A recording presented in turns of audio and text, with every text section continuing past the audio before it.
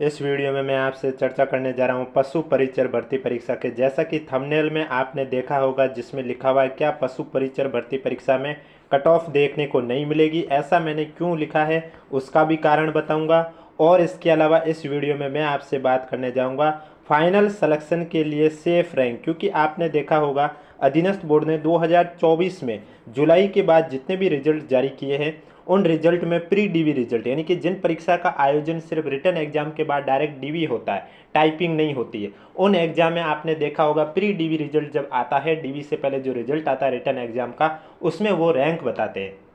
अगर किसी को इस बात पर भरोसा नहीं है तो इस वीडियो में मैं प्रूफ के साथ बात करने जा रहा हूं, आपको प्रूफ भी बताऊंगा। और उसके अलावा फाइनल सिलेक्शन के लिए अगर आपका भी पशु परिचर भर्ती परीक्षा का रिजल्ट उसी तरह रैंक वाइज आता है तो आपकी कितनी रैंक के अंदर आने पर आपका फाइनल सिलेक्शन जरूर होगा, उसके बारे में चर्चा करूंगा। वीडियो पसंद आए तो वीडियो को लाइक करें, चैनल जरूर सब्सक्राइब करें, क्योंकि आपको इस यूट्यूब चैनल पर पशु परिचर भर्ती परीक्षा से जुड़ी पल पल की अपडेट दी जाती है। फिर चाहे वो आपका 1 दिसंबर, 2 दिसंबर, 3 दिसंबर को जब एग्जाम आयोजित हुआ तब से लेकर अब तक कोई भी अपडेट आई है, चाहे वो आपके आंसर की को लेकर हो, या फिर आपके किसी भी क्वेश्चन पर आपत्ति को लेकर हो, या पदों में वर्दी को लेकर हो, या रिजल्ट की अपडेट को लेकर हो। जैसा कि आपने फरवरी में देखा होगा मैंने रिजल्ट की अपडेट लेके आया था, जिसमें अधीनस्थ बोर्ड के अध्यक्ष आलोक राज जी ने कहा था कि मार्च के फर्स्ट में आपको रिजल्ट देखने को मिल सकता है। लेकिन अभी 2-3 दिन पहले उन्होंने ट्वीट के माध्यम से वापस से जानकारी दी है कि मार्च एंड में आपको पशु परिचर भर्ती परीक्षा का रिजल्ट देखने को मिलेगा। इसमें नॉर्मलाइजेशन ठीक वैसे ही किया जाएगा जैसे आपके सीईटी 12th और सीईटी ग्रेजुएशन में। अब आपने सीईटी 12th और ग्रेजुएशन का भी रिजल्ट देखा होगा, उसमें भी जो सेलेक्ट कैंडिडेट यानी कि जो कैंडिडेट पास हुए हैं उन सब की भी उन्होंने लिस्ट बना के दी है, यानी कि सभी के रोल नंबर शो हुए।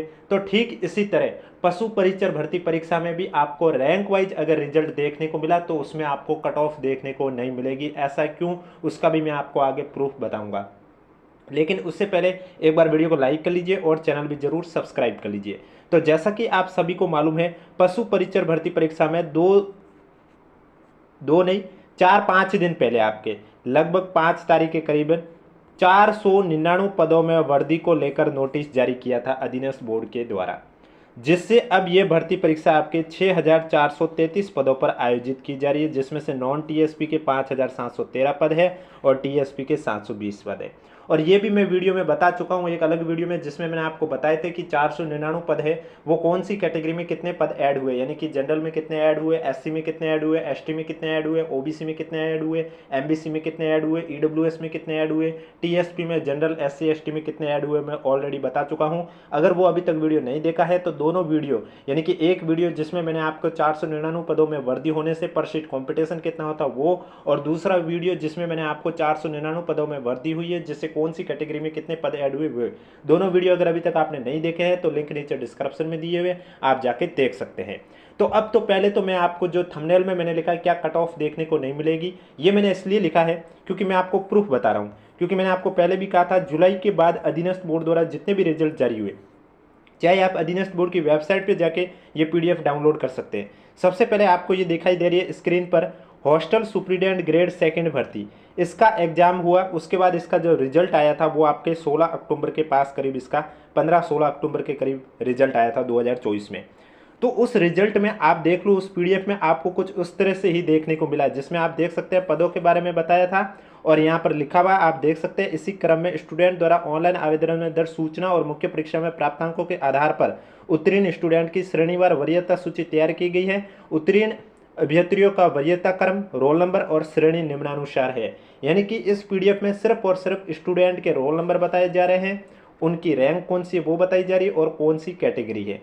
तो पशु परिचर में भी अगर आपको इस तरह से देखने को मिला तो आप समझ लीजिए कट ऑफ नहीं बताई जाएगी, क्योंकि इस पीडीएफ में भी कहीं पर भी कट ऑफ का उल्लेख नहीं किया गया है। ये एक ही पीडीएफ नहीं है, और भी एग्जाम के हैं, जैसे कि ये आप देख सकते हैं प्रवेशक महिला सीधी भर्ती परीक्षा। इस परीक्षा का जो रिजल्ट है वो आपके 18 सितंबर के आसपास 2024 में जारी किया गया था अधीनस्थ बोर्ड द्वारा। चाहे तो आप बोर्ड की वेबसाइट पर रिजल्ट में जाके ये पीडीएफ डाउनलोड कर सकते हैं, वहाँ आपको कहीं पर भी कट ऑफ देखने को नहीं मिलेगी, आपको सिर्फ और सिर्फ रैंक देखने को मिलेगी। ये रैंक में मैं आपको बता देता हूँ, जैसे कि कोष्टक में जो नंबर लिखे हुए होते हैं वो आपकी रैंक होती है, उसके बाद जो नंबर लिखे थे ये स्टूडेंट के रोल नंबर होते हैं। इसके बाद फिर से कोष्टक में लिखे होते हैं ये कैटेगरी, और कैटेगरी में अंदर आप कौन से है, फीमेल है, मेल है, डिवोर्स है, विडो है, वो आपको लिखा हुआ देखने को मिलता है। एक और मैं आपको प्रूफ बता देता हूं, जैसे कि ये आप देख सकते हैं पर्यवेक्षक महिला आंगनवाड़ी कार्यकर्ता भर्ती परीक्षा, इसमें भी आप देख सकते हैं ये रिजल्ट भी 20 सितंबर 2024 को जारी किया गया था। इसमें भी इन्होंने कट ऑफ नहीं बताई थी, इन्होंने रैंक ही बताई थी, और कट ऑफ कब बताई जाएगी वो भी मैं आपको बताऊंगा इसी वीडियो में, इसलिए वीडियो को बिना स्किप किए कंप्लीट देखें। और वीडियो पसंद है तो एक बार वीडियो को लाइक कर लीजिए, चैनल भी जरूर सब्सक्राइब कर लीजिए, क्योंकि आपको इस यूट्यूब चैनल पर पशु परीक्षण भर्ती परीक्षा से जुड़ी कोई भी अपडेट होगी वो प्रूफ के साथ दी जाती है, फालतू की हवाबाजी के साथ नहीं दी जाती है। इसके अलावा मैं आपको बता देता हूं, जैसे कि ये आप देख सकते हैं पर्यवेक्षक महिला अधिकारिता 28 नवंबर के आसपास, ये आप देख सकते हैं डेट भी लिखी हुई है 28 नवंबर 2024 को इसका रिजल्ट आया था। तो इसमें भी इन्होंने रैंक बताई थी, स्टूडेंट को कट ऑफ नहीं बताई थी। कट ऑफ कब बताई जाती है, जिन एग्जाम में अगर रिटन एग्जाम के बाद टाइपिंग हो, जैसे कि LDC एग्जाम हुआ है, स्टेनोग्राफ एग्जाम हुआ है, तो उनमें वे कट ऑफ बताते हैं। और इसके अलावा फाइनल रिजल्ट जब जारी किया जाता है तब कट ऑफ बताते हैं, क्योंकि अधीनस्थ बोर्ड ने जुलाई 2024 के बाद से नया रूल लागू किया है कि अब आगामी एग्जाम में पारदर्शिता को लेकर इन्होंने बताया है कि हम स्टूडेंट के, चाहे वो उसने एग्जाम दिया है या भले ही उसका DB में नाम नहीं आया, अगर उसने एग्जाम दिया तो उनकी रैंक बताई जाएगी। जैसे कि आपने देखा होगा, अब CET में रैंक तो बताने का मतलब ही नहीं है, क्योंकि वो पात्रता परीक्षा है, तो उसमें तो पास होने थे। तो आपने देखा होगा उसमें जितने भी स्टूडेंट पास हुए उन सबके रोल नंबर PDF में थे।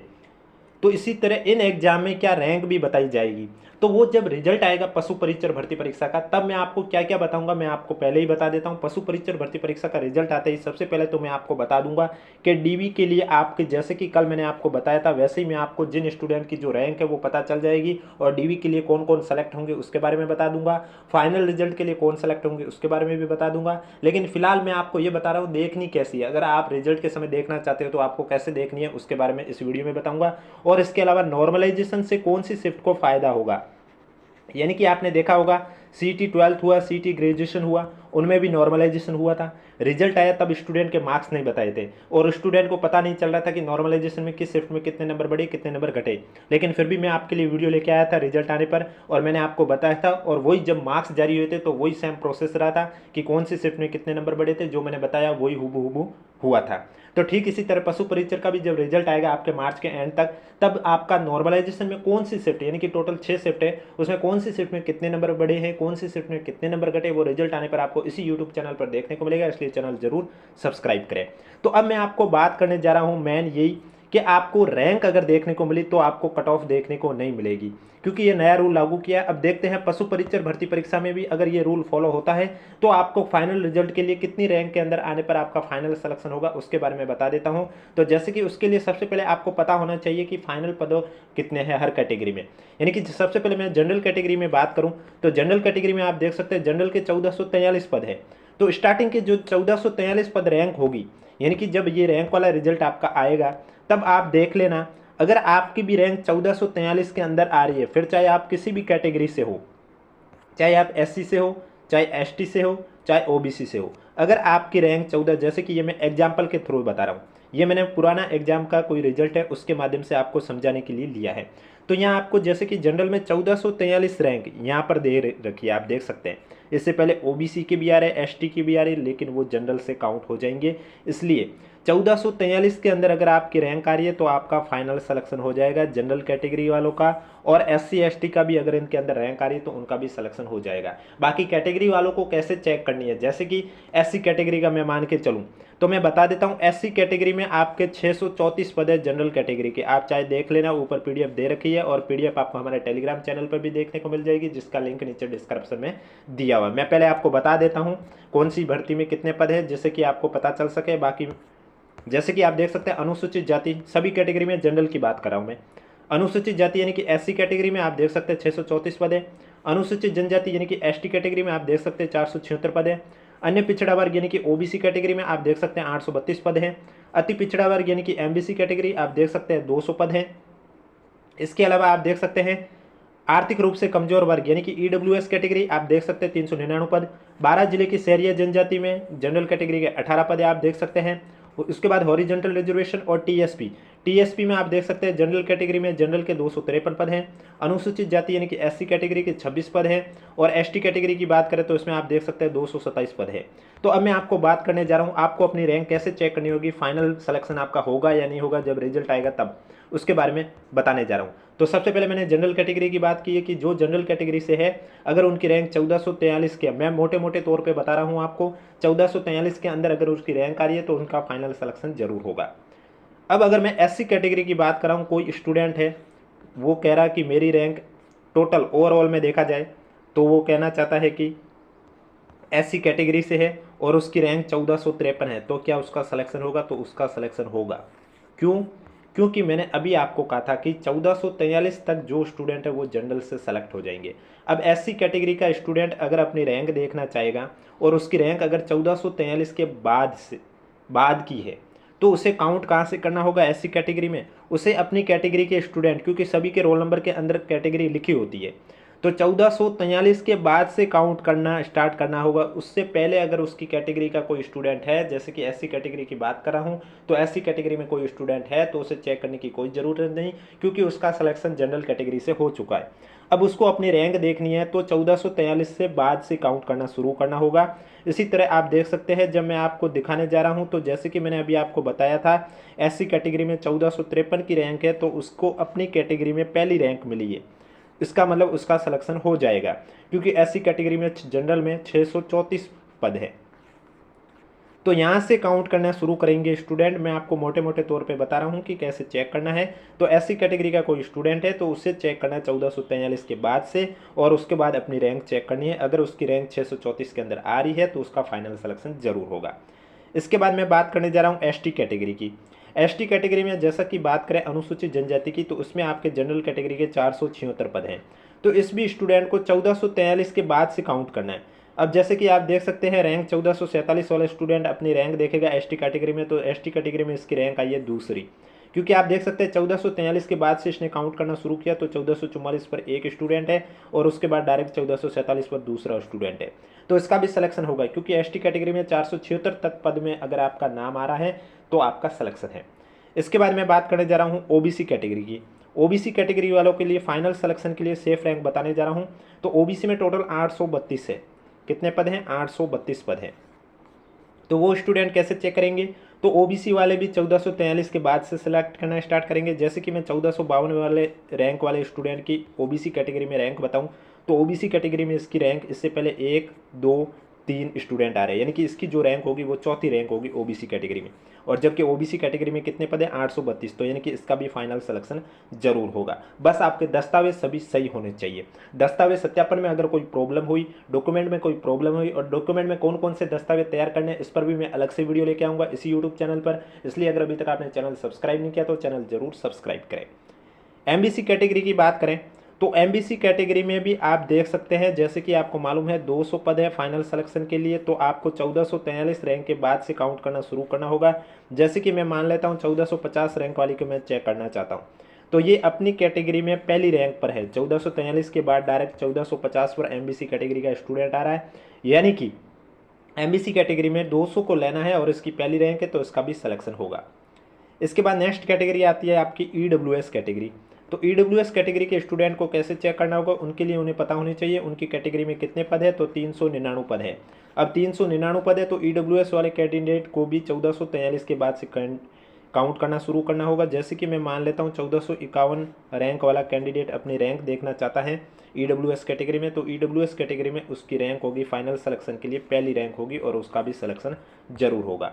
तो रिजल्ट आने पर अगर आपको भी रैंक वाइज इस बार रिजल्ट देखने को मिले, क्योंकि अधीनस्थ बोर्ड ने पिछली जो भी 4-5 भर्तियों के रिजल्ट आए हैं उन्होंने रैंक वाइज जारी किए, कट ऑफ नहीं बताई है, तो उस हिसाब से पशु परिचर में भी आपको रैंक वाइज देखने को मिल सकता है। और रैंक वाइज देखने को मिलेगा तो आपको कट ऑफ देखने को नहीं मिलेगी। तो रैंक वाइज देखने को मिला तो आपको कैसे रैंक चेक करनी है फाइनल सिलेक्शन के लिए, डीवी के लिए, वो मैंने आपको बता दी है। डीवी के लिए मैंने कल आपको बताई है, फाइनल सिलेक्शन के लिए आज बता रहा हूँ। और कल मैं आपको डॉक्यूमेंट वेरिफिकेशन जब होगा उसके लिए कौन कौन से दस्तावेज आपको तैयार करने हैं, यानी कि जिन स्टूडेंट को लगता है कि उनका आराम से सिलेक्शन हो रहा है तो वो अभी से अपने दस्तावेज कौन कौन से तैयार करें उसके बारे में भी कल वीडियो लेके आऊंगा। इसलिए अगर अभी तक चैनल सब्सक्राइब नहीं किया तो चैनल जरूर सब्सक्राइब करें और वीडियो को भी लाइक करें।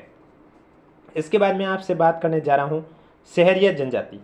12 जिले की जो जनजाति है उसमें भी 18 पोस्टें हैं, तो इनको भी आपको जनरल के बाद से काउंट करना शुरू कर देना है। अब बात करता हूँ टीएसपी वालों को, तो टीएसपी की रैंक इसमें नहीं होती, उनकी भी अलग होती है। जैसे कि आपको मैं स्क्रीन पे ही दिखा देता हूँ, ये जो अभी लिस्ट दिखाई दे रही है नॉन टीएसपी की, टीएसपी की फिर वापस से शुरू से स्टार्ट होती है 1 से। आप देख सकते हैं अनुसूचित क्षेत्र लिखा हुआ है, यानी कि टीएसपी शेड्यूल एरिया, तो इनकी भी रैंक शुरू से स्टार्ट होती है। अब टीएसपी में आपके जनरल के कितने पद हैं, अभी मैंने आपको बताया था 253 पद है। तो स्टार्टिंग के जो 253 के अंदर जिनकी रैंक आ रही है उन कैंडिडेट का सिलेक्शन, चाहे वो एससी कैटेगरी का हो या एसटी का हो या जनरल का हो, उनका सिलेक्शन जनरल से हो चुका है। यानी कि 253 के अंदर अगर आपकी रैंक है तो आपका सिलेक्शन हो चुका है। जैसे कि आप देख सकते हैं यहाँ स्क्रीन पर 253 में आपको उदाहरण के तौर पर दिखा रहा हूँ। 253 के अंदर अगर आपका नंबर आ रहा है, टीएसपी से है, ये 253 रैंक है, इसके बाद रोल नंबर है, इसके बाद कैटेगरी लिखी हुई है। अब कुछ जगह आपको ऐसा देखने को मिलेगा, जैसे कि यहाँ टीएसपी में ओबीसी आ गए, तो इनके क्या रोल नंबर दोनों साइड आ रहे हैं, नॉन टीएसपी में भी आ रहे हैं, टीएसपी में भी आ रहे हैं। तो टीएसपी में ओबीसी काउंट नहीं होता है, टीएसपी में जनरल होता है, एससी होता है और एसटी होता है। तो अब एससी कैटेगरी वाले स्टूडेंट कैसे चेक करेंगे, मैं मोटे मोटे तौर पर आपको समझा रहा हूँ। एससी कैटेगरी में आपको पता है 26 पद है, तो 26 पद आपको कहाँ से चेक करना होगा, जनरल के 253 जैसे काउंट कंप्लीट होते हैं उसके बाद से काउंट करना शुरू होगा। जैसे कि 257 वाली रैंक है तो इसको यहाँ से शुरू करना होगा 1 2, और उससे पहले अगर ओबीसी के आ रहे हैं तो उनको स्किप कीजिए और उनसे आगे बढ़िए, तो आपकी रैंक भी थोड़ी ज़्यादा हो सकती है। जब रिजल्ट आए तब आप देख लेना, अगर बीच में ओबीसी के रोल नंबर आ रहे हैं तो उन्हें आप स्किप कर सकते हैं। उसके बाद आप देख सकते हैं एससी कैटेगरी में 1 2 और तीसरे नंबर पर, यानी कि 257 की जो ओवरऑल रैंक है इसकी एससी कैटेगरी में तीसरी रैंक है, और एससी कैटेगरी में टीएसपी में 26 पद है, इसका मतलब इसका भी फाइनल सिलेक्शन जरूर होगा। और इसी तरह एसटी कैटेगरी के जो स्टूडेंट है वो कैसे चेक करेंगे, तो एसटी कैटेगरी में आपके 227 पद है। अब एसटी कैटेगरी में 227 पद है तो उन्हें कैसे चेक करना है, तो उन्हें मैं बता देता हूँ, 253 के बाद से काउंट करना है। और एसटी कैटेगरी जैसे कि 259 रैंक आई है तो ये 253 के बाद देखेगा, तो इसकी 253 के बाद पहला ही कैंडिडेट है, ये फीमेल कैंडिडेट एसटी कैटेगरी पहली रैंक है, तो इसका भी फाइनल सिलेक्शन हो जाएगा। तो कुछ इस तरह से आपको रैंक वाइज रिजल्ट आता है, तो इस तरह से आपको अपनी रैंक चेक करनी है, जिससे कि आपको पता चल जाएगा कि आपका फाइनल सिलेक्शन होगा या नहीं होगा। बाकी विभाग द्वारा ही डीवी करवाया जाएगा, क्योंकि आपने देखा होगा 2024 से विभाग द्वारा ही डीवी करवाई जा रही है। अब विभाग पे डिपेंड करता है कि वो 2 गुना को बुलाएंगे या 1.5 गुना को, क्योंकि कुछ भर्तियों में विभाग ने 2 गुना को बुलाए, क्योंकि हर भर्ती के लिए अलग अलग विभाग होते हैं। जैसे कि आप देख सकते हैं महिला अधिकारिता विभाग ने इस बार कराई थी पर्यवेक्षक महिला एग्जाम की डीवी, महिला आंगनबाड़ी की डीवी करवाई, महिला अधिकारिता की भी डीवी करवाई। तो उन्होंने आंगनबाड़ी और पर्यवेक्षक महिला इन दोनों में तो उन्होंने 1.5 गुना कैंडिडेट फीमेल कैंडिडेट को बुलाया था डीवी के लिए, लेकिन महिला अधिकारिता में उन्होंने 2 गुना को बुलाया। बाकी भर्ती परीक्षाएं जैसे हॉस्टल सुपरिटेंडेंट ग्रेड उनमें अलग विभाग है, सामाजिक न्याय विभाग है, तो उन्होंने 2 गुना कैंडिडेट को बुलाया। इसलिए मैं आपको कह रहा हूँ ये विभाग पे ही डिपेंड है कि विभाग डीवी के लिए 1.5 गुना को बुलाएंगे या 2 गुना को बुलाएंगे। अब 1.5 गुना को बुलाने पर आपकी सेफ रैंक कितनी होगी, 2 गुना बुलाए तो कितनी होगी, उस पर मैं वीडियो ऑलरेडी आपको बता चुका हूं, और वीडियो मैंने कल ही आपको बताया था। अगर अभी तक आपने नहीं देखा है तो लिंक नीचे डिस्क्रिप्शन में दिया हुआ, आप जाके देख सकते हो।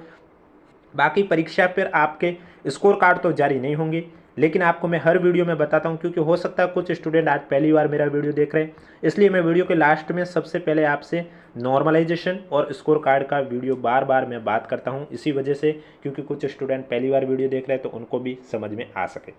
तो पहले तो मैं कॉम्पिटिशन के बारे में पहले ही बता चुका हूँ, एक बार फिर बता देता हूँ। आपको मालूम है लगभग 17,63,897 स्टूडेंट ने एग्जाम फॉर्म फिल किया था, लेकिन एग्जाम दिया था सिर्फ 10,52,566, यानी कि जो अब ये कंपटीशन है ये 10,52,566 कैंडिडेट में ही कंपटीशन है। 7,11,331 कैंडिडेट कंपटीशन से ही बाहर हो गए हैं। तो फाइट है अब इन 10,52,566 स्टूडेंट में। तो आपका जो मार्क्स है इस बार आपको मालूम है, आपने सीईटी का रिजल्ट देखा होगा नॉर्मलाइजेशन का, चाहे वो 12th का हो ग्रेजुएशन का, तो इसमें भी इसी तरह से नॉर्मलाइजेशन किया जाएगा जैसे कि सीईटी 12th में हुआ था, सीईटी ग्रेजुएशन में हुआ था। नॉर्मलाइजेशन अधीनस्थ बोर्ड कैसे करता है उस पर भी मैं एक अलग से वीडियो बताऊंगा आपको, लेकिन फिलहाल मैं ये आपको बता रहा हूँ जो आपको फॉर्मूला दिया जाता है उसे कैसे यूज लिया जाता है, उस पर भी मैं आपको बताने जा रहा हूँ इसी वीडियो में। लेकिन उससे पहले जो मार्क्स का फॉर्मूला है, यानी कि मार्क्स के फॉर्मूले में क्या अंतर आता है अगर कोई क्वेश्चन डिलीट हो जाता है, तो उसका जो डिलीट हुआ क्वेश्चन के मार्क्स है वो बाकी के क्वेश्चन के साथ बराबर रूप से बांट दिए जाते हैं। तो उसमें कैसे चेक करना है हमारे नंबर, यानी कि मान लो कि पशु परिचय में 6 शिफ्ट हुई थी, मान लीजिए पहली शिफ्ट में 2 क्वेश्चन डिलीट हो जाते हैं, मान के चलिए, तब आपका की फैक्टर पर क्या असर आएगा, क्योंकि ऐसे तो की फैक्टर की वैल्यू एक ही रहेगी। वो कैसे, मैं आपको बता देता हूँ निकाल कर, कि मैक्सिमम मार्क्स आपको मालूम है पेपर में 150 नंबर का पेपर था, total number of question paper में 150 क्वेश्चन थे, total number of question particular section लिखो या टोटल नंबर ऑफ क्वेश्चन लिखो 150 है। नंबर ऑफ वैलिड क्वेश्चन मैं मान के चल रहा हूँ फिलहाल कि एक भी क्वेश्चन डिलीट नहीं हुआ, तब तो मैं 150 लिखूंगा, तो ये मेरा वैल्यू कितनी आ जाएगी, 1 आ जाएगी। अब अगर मैं कहूँ 2 क्वेश्चन डिलीट हुए, तब ये 150 की जगह आएगा 148, तब मेरी जो वैल्यू आएगी 1 पॉइंट कुछ आएगी। यानी कि जो पॉइंट में जो वैल्यू आ रही है वो जो 2 क्वेश्चन डिलीट हुए हैं उनके क्वेश्चन के नंबर बाकी के क्वेश्चन के साथ बराबर रूप से बांट दिए गए हैं। इस वजह से आपकी की फैक्टर की वैल्यू में बदलाव आ जाता है जब क्वेश्चन डिलीट होते हैं। तो बाकी यही जो आपको स्क्रीन पर अभी फॉर्मूला देखने को मिल रहा है, यही फॉर्मूला आपके पशु परिचर भर्ती परीक्षा में भी रहने वाला है, मार्क्स का फॉर्मूला, क्योंकि आपके रिजल्ट पर मार्क्स नहीं बताई जाएंगी। अगर आप अपना मार्क्स निकालना चाहते हैं, क्योंकि अभी तो आपको मालूम है कि कोई क्वेश्चन पर क्वेश्चन 1 नंबर का है, जितने मैंने गलत किए हैं उतने घटा देंगे आप, और गलत किए उसके 1/4 भाग काट लेंगे। लेकिन अगर कोई क्वेश्चन डिलीट हो जाता है तब आपको अपने मार्क्स कैसे चेक करना है, उसमें आप कंफ्यूज हो जाओगे कि जो डिलीट हुए क्वेश्चन के साथ बराबर बाकी के क्वेश्चन के साथ नंबर बांट दिए जाते हैं। तब आप इस फॉर्मूले से भी निकाल सकते हैं। इस फॉर्मूले में जो RQ है वो राइट क्वेश्चन लिखना होता है, KF की फैक्टर होता है जिसकी आपको वैल्यू अलग से दे रखी है, इससे आपको निकालना होता है ये की फैक्टर की वैल्यू। WQ यानी कि आपने 150 में से कितने गलत किए हैं, की फैक्टर वापस से वही वैल्यू अपॉन चौथाई, क्योंकि पेपर में 1/4 नेगेटिव थी इसलिए चौथाई। अब जो ये और आपको देखने को मिला फॉर्मूला, ये आपके 5-6 ऑप्शन को लेकर है, यानी कि अगर आपने किसी क्वेश्चन में गोला नहीं भरा है तब आप नॉट अटेम्प्ट क्वेश्चन में उन क्वेश्चन नंबर की संख्या लिखोगे जिसमें आपने एक भी गोला नहीं भरा। अगर 5 गोला भर दिया है तो वो आपका नॉट अटेम्प्ट में काउंट नहीं होता। नॉट अटेम्प्ट में वही क्वेश्चन काउंट होते हैं जिसमें आपने एक भी गोला नहीं भरा है। तो यहाँ maximum marks not attempt question upon total number of question 3 लिख लीजिए और आप अपने मार्क्स निकाल सकते हैं।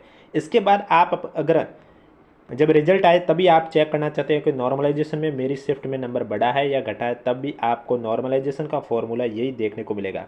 क्योंकि राजस्थान की भर्तियों में नॉर्मलाइजेशन के प्रोसेस थोड़ा गलत तरीके से हो रहा है, इस वजह से कुछ क्या होता है, कुछ शिफ्टों में 10-10 नंबर बढ़ते हैं तो कुछ शिफ्टों में डायरेक्ट नंबर घटते हैं, एक्यूरेसी चेक नहीं कर पाते हैं इस वजह से। यानी कि आपने देखा होगा बाकी की जो सेंट्रल लेवल पर एग्जाम होते हैं उनमें नॉर्मलाइजेशन में एक्यूरेसी भी देखी जाती है कि किसी बंदे ने अगर नेगेटिव में ध्यान कम रखा है, यानी कि अगर पेपर में नेगेटिव मार्किंग है और उसने उतनी ही अटैम्प्ट किए जितने उसके सही हो रहे हैं, यानी कि उसकी एक्यूरेसी अगर अच्छी बढ़ रही है, अच्छी हो रही है और उसका पेपर का लेवल भी टफ था, तो उसके ज़्यादा नंबर बढ़ते हैं अकॉर्डिंग टू दूसरे स्टूडेंट के उसी शिफ्ट की, अगर उसने एक्यूरेसी का ध्यान नहीं दिया था। लेकिन राजस्थान की भर्ती परीक्षा में देखा है, जैसे कि पिछली पटवारी का ले लो आप, चाहे पिछली आप CET का ले लो, इस बार की CET का भी ले लो, वे एग्जाम सभी ले लीजिए अधीनस्थ बोर्ड के जो कि आपके एक से अधिक शिफ्टों में हुआ, उनमें नॉर्मलाइजेशन का फॉर्मूला यही रहा था और पशु परिचर में भी यही रहने वाला है। अब इस नॉर्मलाइजेशन को बंद करने के लिए आगामी एग्जाम में, चाहे वो पटवारी हो या वीडियो, यानी कि जिनमें कैपेसिटी स्टूडेंट की लगभग 8 लाख के करीब है, उन एग्जाम 8 लाख के अंदर अंदर कैपेसिटी स्टूडेंट के उन एग्जाम को एक ही शिफ्ट में आयोजित कराने का प्लान कर रहा है अधीनस्थ बोर्ड। इसलिए अब आपके वीडियो एग्जाम और पटवारी दोनों एक ही शिफ्ट में होगा। लेकिन जो CET है वो तो आपके अलग अलग शिफ्ट में होगा, उसमें तो नॉर्मलाइजेशन इसी तरह से होगा। तो पशु परिचर में भी नॉर्मलाइजेशन आपका इसी तरह से होगा। अब आपको चेक करना हो जब रिजल्ट आए कि आपके नॉर्मलाइजेशन में आपकी शिफ्ट को फ़ायदा हुआ या नुकसान हुआ, रिजल्ट आने पर तुरंत चेक करने के लिए आपको सीधा क्या करना होगा, क्योंकि रिजल्ट आएगा तो उस PDF में आपको कुछ इस तरह से मार्क्स भी देखने को मिलेंगे अलग अलग, MI की वैल्यू और सिग्मा I की वैल्यू। आपकी शिफ्ट भी कौन सी है वो आपको चेक करनी है। ये मैंने उदाहरण CET 12 के आधार पर इसलिए दिया है क्योंकि CET 12 का भी एग्जाम 6 शिफ्टों में हुआ था और पशु परिचर एग्जाम भी 6 शिफ्टों में हुआ। तो आपको अपनी शिफ्ट में देख लेना है। मैं आपको बता देता हूँ, MI की वैल्यू जिस शिफ्ट में जितनी ज़्यादा होगी उस शिफ्ट को उतना ही नुकसान होगा, और MI की वैल्यू जिस शिफ्ट में जितना कम होगी उस शिफ्ट को उतना ही फ़ायदा होगा। ये बस आपको ध्यान रखना है और कुछ ध्यान नहीं रखना है। ठीक इसी तरह सिग्मा I में भी, यानी कि जितने ज़्यादा होगी वैल्यू MI की वैल्यू, उससे उतना ही नुकसान होगा। तो इस तरह से आप नॉर्मलाइजेशन चेक कर सकते हो। बाकी रिजल्ट आएगा तब मैं आपको बता दूंगा। जैसा कि आपने देखा होगा 4-5 भर्ती परीक्षाओं के प्री डीवी रिजल्ट निकाला, अधीनस्थ बोर्ड ने इसी तरह रैंक वाइज निकाला था। तो उसी आधार पर मैं आपको बता रहा हूँ, पशु परीक्षक का भी अगर रैंक वाइज आया तो आपको कट ऑफ देखने को नहीं मिलती है, नहीं मिलेगी। और अगर इन्होंने नियम फिर से बदल दिया है कि भाई पहले वाला रूल सही था, तो अलग बात है, आपको कट ऑफ देखने को मिल सकती है। बाकी नहीं तो फिर सीधा आपको पशु परीक्षक की कट ऑफ फाइनल रिजल्ट आएगा तभी देखने को मिल सकती है। अब ये बोर्ड पर डिपेंड करता है कि ये नियम वही रखे कंटिन्यू या नियम बदले, वो तो रिजल्ट आने पे पता चल ही जाएगा। बाकी वीडियो पसंद आए तो वीडियो को लाइक करें, चैनल जरूर सब्सक्राइब करें। कोई भी डाउट हो तो नीचे कमेंट बॉक्स में पूछिए। और जो 499 पदों में भर्ती हुई है उसका नोटिफिकेशन देखना है तो उसके लिए अगर अभी तक आपने हमारा टेलीग्राम ग्रुप ज्वाइन नहीं किया तो लिंक नीचे डिस्क्रिप्शन में दिया हुआ, आप जाके ज्वाइन कर सकते हो।